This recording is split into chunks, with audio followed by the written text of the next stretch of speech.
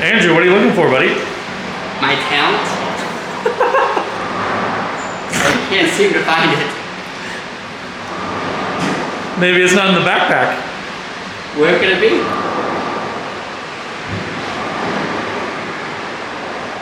Start digging. What's going on, guys? We got team right here. Team change. Team change. We got day one of team event. So we're gonna bowl all 6 of us on the same pair, or on the same pair, yeah. Yep. One score doesn't count. Today that's Cam's, but still gonna bowl with us. His scores still count for his all events. But yeah, we're gonna set the bar, or Canada set the bar, we're gonna raise it even higher. Andrew's gonna find the talent he's been searching for. I think today's his day. It's just like Worlds from a couple years ago where he shot 300 and he just coasted. He's just doing it ass backwards. Ass backwards. I don't know if coasting is the word that I've been doing.